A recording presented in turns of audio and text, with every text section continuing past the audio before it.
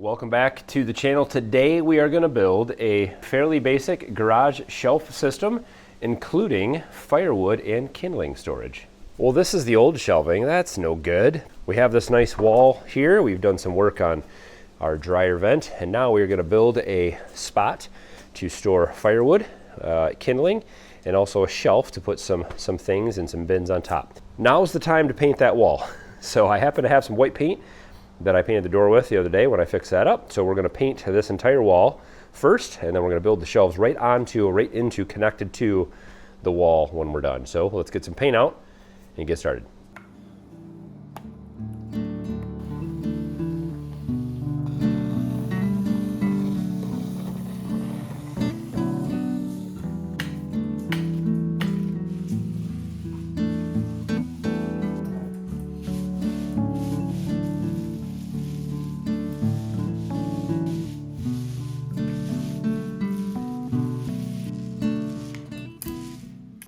All right, we're all painted. The goal will be to put 12-foot shelves along here. The easiest way I have found to do this is to start by building the shelves, basically building boxes. So we're going to start with our top shelf, and then there's going to be one lower than that, and then there'll be an open spot here for firewood. I purchased 4 12-foot 2x4s. Those will be the top 2 shelving boxes, and a bunch of 8-foot 2x4s that I'll cut up into the connecting pieces. The shelves are going to be 7 feet tall, and so I'll also need a few 7-foot 2x4s to support this along the way. I also have some old scrap here that I'll be using anywhere that things will be covered. I don't want those to be seen. So I'm going to start by cutting some 7-foot 2x4s, cutting some connecting pieces, and then getting these boxes screwed together.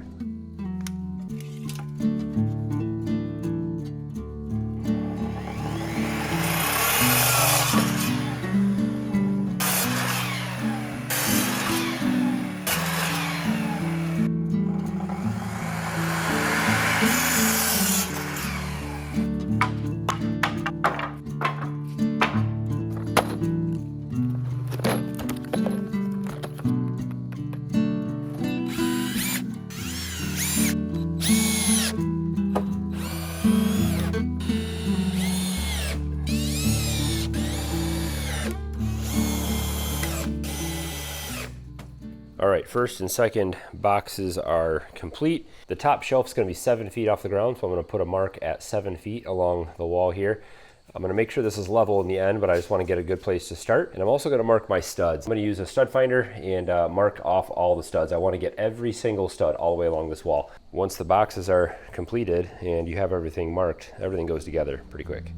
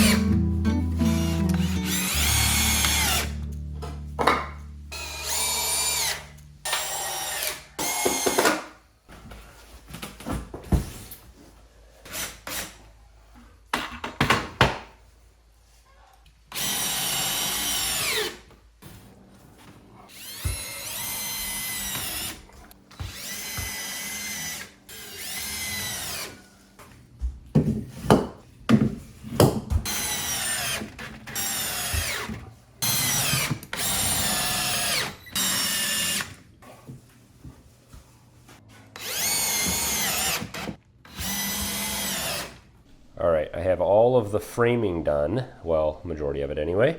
And so I did a couple things that I didn't really talk about. This bottom piece right here, this old wood, is kind of a skirt. I'm gonna put a piece of plywood and box that whole bottom in so that mice cannot get in there. That's the goal anyway. So I'll have to plywood this. I'm gonna put some foam in here as well, some spray foam. I'll have to do the same thing at the end and spray foam. I just wanna try to seal this up.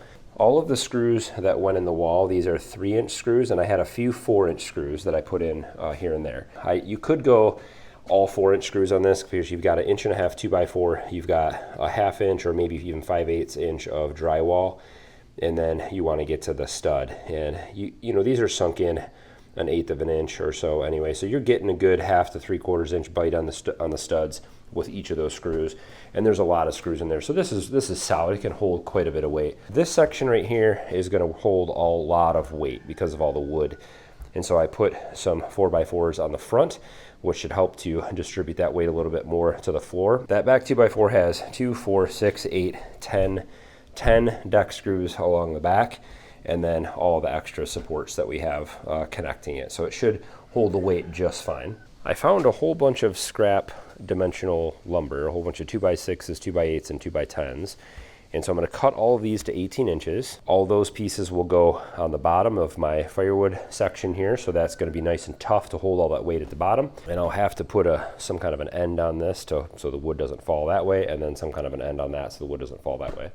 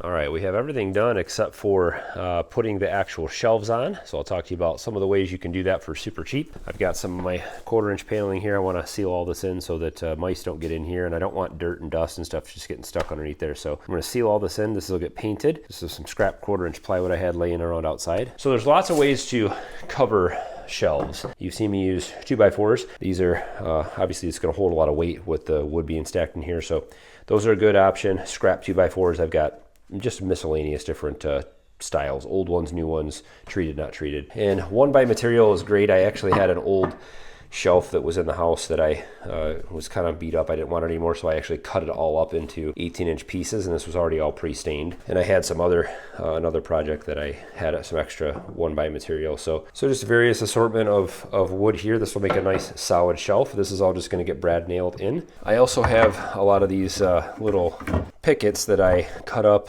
a year or two ago for a renovation. I ended up not using all these. These are stained, and some of them have paint on them, so this is all scrap that I'll use. I'm going to cut all this stuff up, rating all my scrap bins to figure out any bits and pieces I have. Got a bunch more pieces out here that I've been saving, a bunch of scrap that's all the same thickness. I just dug out from, I have a stack behind the propane tank there of old wood that I've collected. This was old decking on a trailer that someone was throwing out. I kept all that. So you can use, you could use all that. And then another free source that actually would look really nice is pallet slats. I'm not gonna do this today because I have enough other scrap wood, but you could take all these pallet slats and just cut 18-inch sections out of this and put those in there for your shelves as well, and that's 100% free. We've got a lot of cutting to do. We are in the home stretch here, so we're gonna get all this cut up and put on, and we'll show you how it looks when it's done.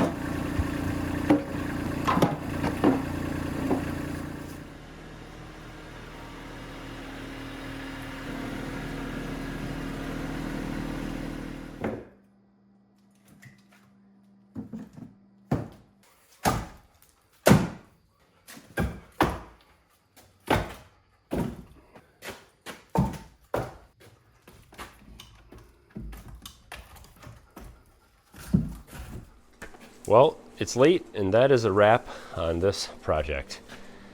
Nice new shelving. This is going to last years and years and help keep things nice and organized, and also give us a nice space to store all of our firewood. A couple things I did off camera. Spray foam is so satisfying. I get a little carried away sometimes. I caulked around every little gap around the edges and corners of this, and then I spray foamed on the inside of this around the dryer vent coming out, and then I just filled the whole back behind it and all the way underneath it and then all the way around it. So there's no way a mouse can get in there unless it chews through all that, which is possible, but at least it'll make it more difficult.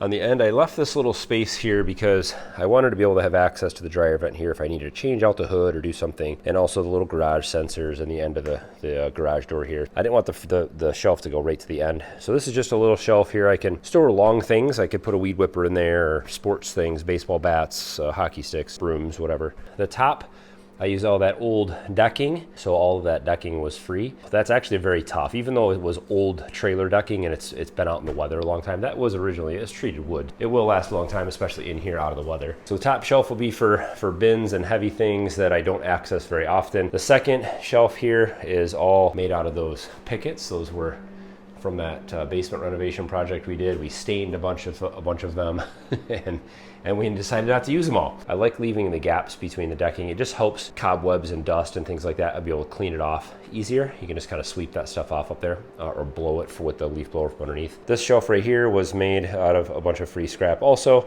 and I have the outlet there so I can use this shelf for maybe charging flashlights or other things that I would want. This was a previous video dryer vent boxed in, and this will be a good little shoe rack, and it's also a good little seat to sit and put your shoes on. And I did not paint this right here. I talked with the SSL family mom, and she said just leave it all raw wood on the top. That way it doesn't get scraped off when you're putting bins and things. This is just a garage shelf. It doesn't have to be perfect, right? And then all of this is all the cutoffs. All the cutoffs from this project, and then a bunch of little pieces that I always save in my wood stack. This is handy whenever I come out here to start a fire. I grab a handful of that stuff, grab a few logs, put it in my carrier, and take it in.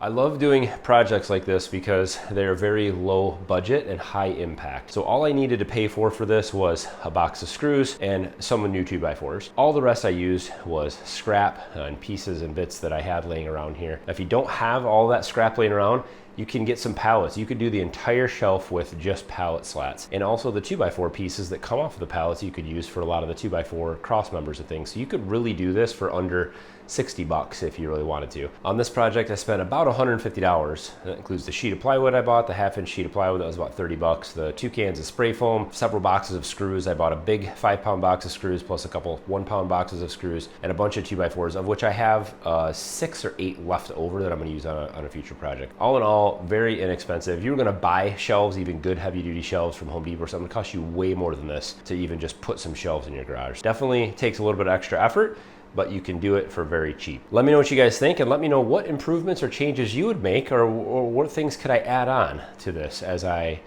continue to kind of organize our garage and shop spaces. Thumbs up on today's video. Subscribe if it's your first time here. I'd love to have you tag along. We'll see you next time.